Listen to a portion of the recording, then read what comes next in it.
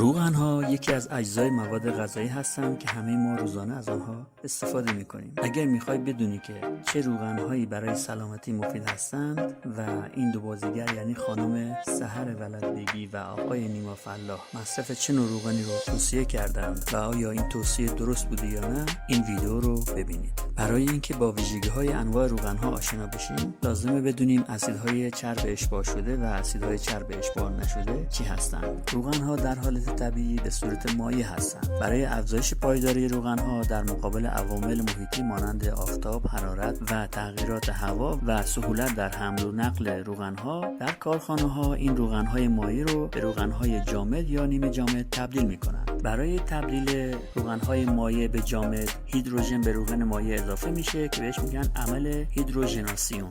چربی ها دارای زنجیره هیدروکربنی طولانی هستند که این زنجیره ها می توانند اشباع یا غیر اشباع باشند. غیر اشباع یعنی دارای پیوند دوگانه و اشباع یعنی بدون پیوند دوگانه و همه پیوندها دارای پیوند یگانه هستند. در اسیدهای چرب غیر اشباع که دارای پیوند دوگانه هستند دو تا ساختار براش محتمله، یکی سیس و دیگری ترانس. در نوع سیس اتم های هیدروژن یک طرف پیوند هستند و در نوع ترانس اتم های هیدروژن دو طرف پیوند هستند. ترانس به معنی سوی دیگر هست. فقط چربی های غیر اشباع میتونند فرم ترانس یا سیس داشته باشند، زیرا فقط یک پیوند دوگانه میتونه به این حالت جهتگیری کنه و در اسید چرب اشباع که پیوند دوگانه نداریم تمام پیوندها آزادانه قابل چرخش هستند و سیس و ترانس نداریم. روغن هایی که هیدروژن شدند روغنی پایدار هستند و کمتر دچار فساد میشند و نقطه ذوب بالاتری دارند و به همین دلیل در سرخ کردنی ها و شیرین پزی ها ازشون استفاده میشه، اما برای سلامتی مضر هستند و هرچه روغن جامدتر باشه هیدروژن بیشتر هست. چربی های ترانس باعث افزایش مارکرهای التهابی CRP و TNF میشوند که ارتباط قوی با بیماری های قلبی و ایجاد پلاک آترو اسکلروتیک دارند.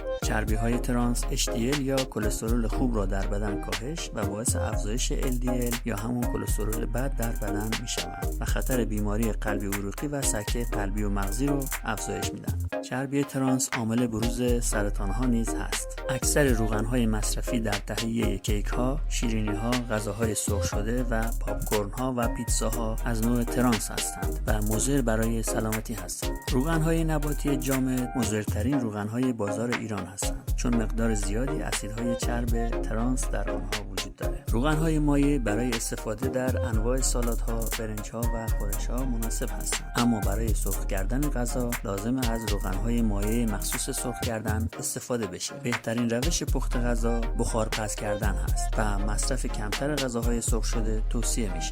روغن‌های مختلف در دماهای متفاوتی تجزیه شده و دود می‌کنند. برخی روغن‌ها حرارت را تحمل می‌کنند و برخی دیگر نمی‌توانند و این به شاخص نقطه دود آن روغن‌ها بستگی دارد. درجه دود روغن دمایی است که روغن شروع به تجزیه و دود می‌کند و ترکیب خطرناکی مثل آکرولئین که سرطانزاست ایجاد میشه. بنابراین برای سرخ کردن باید از روغنی استفاده کرد که مقاومت بالایی به حرارت دادن داشته باشه و دیرتر به نقطه دود برسه. روغن هایی که حاوی اسیدهای چرب اشباع هستند مثل روغن پالم، روغن های حیوانی، کره، روغن نارگیل حرارت رو بهتر تحمل میکنند، اما به دلیل اشباع بودن اثرات مضری بر سیستم قلبی عروقی و سلامتی دارند و توصیه نمی‌شوند. روغن‌های زیتون، کانولا و آفتابگردان نقطه دود متوسطی دارند و برای پخت و پز با دمای متوسط و سرخ کردن تا دمای 100 درجه قابل استفاده هستند. اما روغن کنجد که حاوی مقادیر بالای اسید چرب غیر اشباع با چند باند دوگانه هست، به علت اینکه در معرض اکسیداسیون قرار میگیره، گزینه مناسبی برای حرارت دادن نیست. با توجه به مطالب گفته شده تمام روغن‌های مایع به دلیل نقطه ذوب و دود پایین در برابر حرارت خیلی بالا سمی شده و بهتر برای حرارت دادن استفاده نشوند و به عنوان افزودنی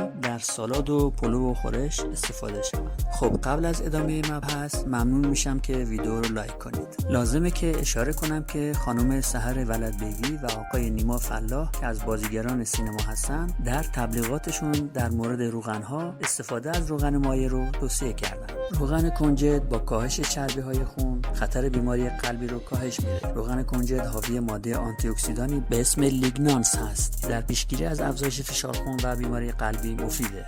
روغن کنجد حاوی املاح معدنی مثل منیزیم، آهن، مس و کلسیم هست و برای سرخ کردن با دمای کم مثل تهیه املت مناسب است، اما برای سرخ کردنی هایی که نیاز به دمای بالایی داره توصیه نمیشه. روغن زیتون خطر ابتلا به بیماری قلبی عروقی رو و سرطان رو کاهش میده. برای تفت دادن مواد غذایی کباب گوشتی و پخت تخم مرغ مناسبه، اما برای سرخ کردن با دمای بالا مانند سرخ کردن سیب زمینی و کتلت مناسب نیست. روغن مایع آفتابگردان بدون کلسترول و سرشار از مغذی هاست. میزان امگا 6 این روغن در مقایسه با امگا 3 بالاتر هست، اما همین عامل باعث مقاومت به حرارت و نقطه دود بالاتری در این روغن شده. روغن پالم دارای بیشترین میزان اسیدهای چرب اشباع است، حدود 50%، که سبب افزایش کلسترول بد در بدن میشه و برای سلامتی مضره. از روغن‌های پالم گاهی در سرخ کردن غذا، شیرینیجات و چرب کردن لبنیات استفاده میشه که برای سلامتی مضره.